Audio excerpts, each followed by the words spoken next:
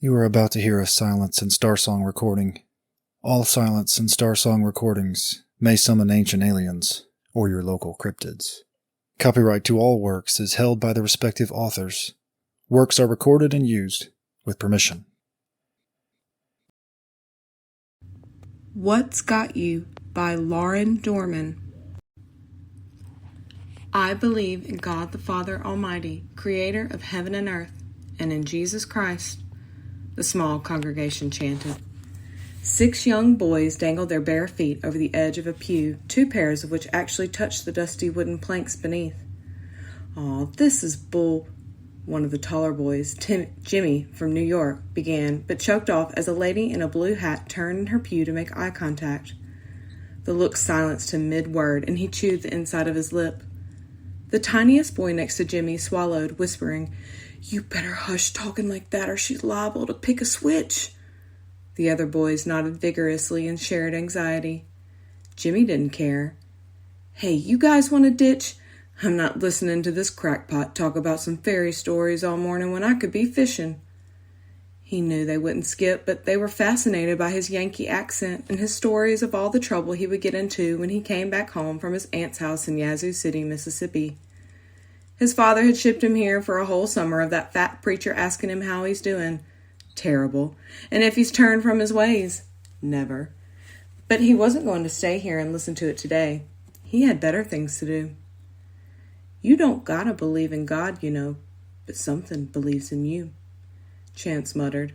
He was Jimmy's age, toothpick rolling around his mouth with his accent, Bible in his lap. Something about his tone gave Jimmy goosebumps. "What you mean?" Chance shrugged. "God ain't the only thing out there. If you don't got him, something's gonna get you."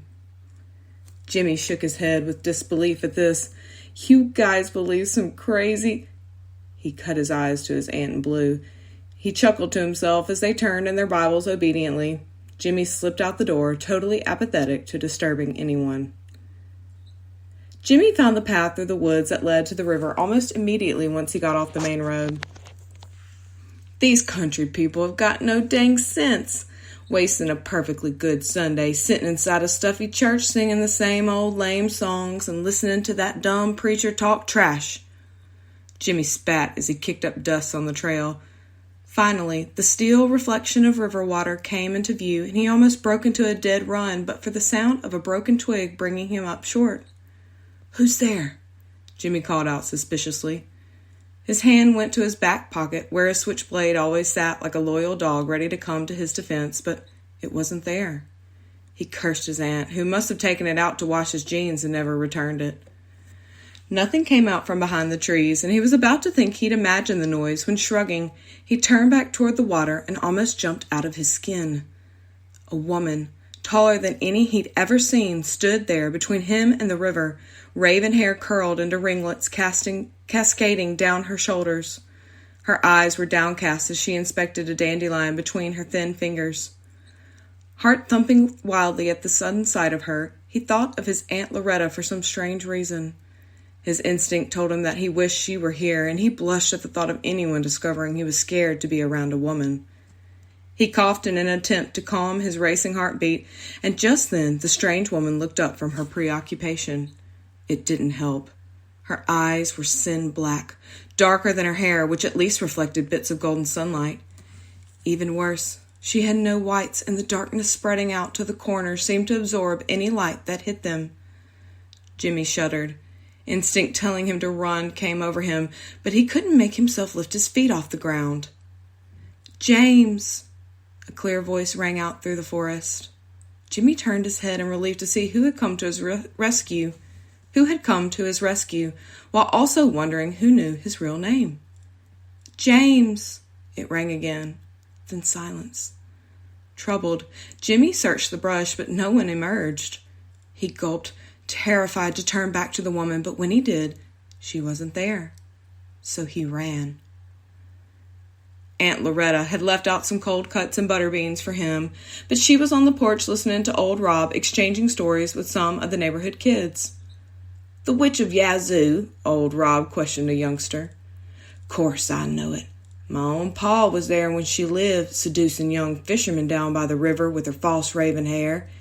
She would drown 'em and cut 'em till a boy saw her doing spells over the bodies and talking to the devil. Everyone gasped. The men of the city ran her out of town where she sank in quicksand, but not before she cursed them and vowed to return and burn it to the ground, which she did 20 years later.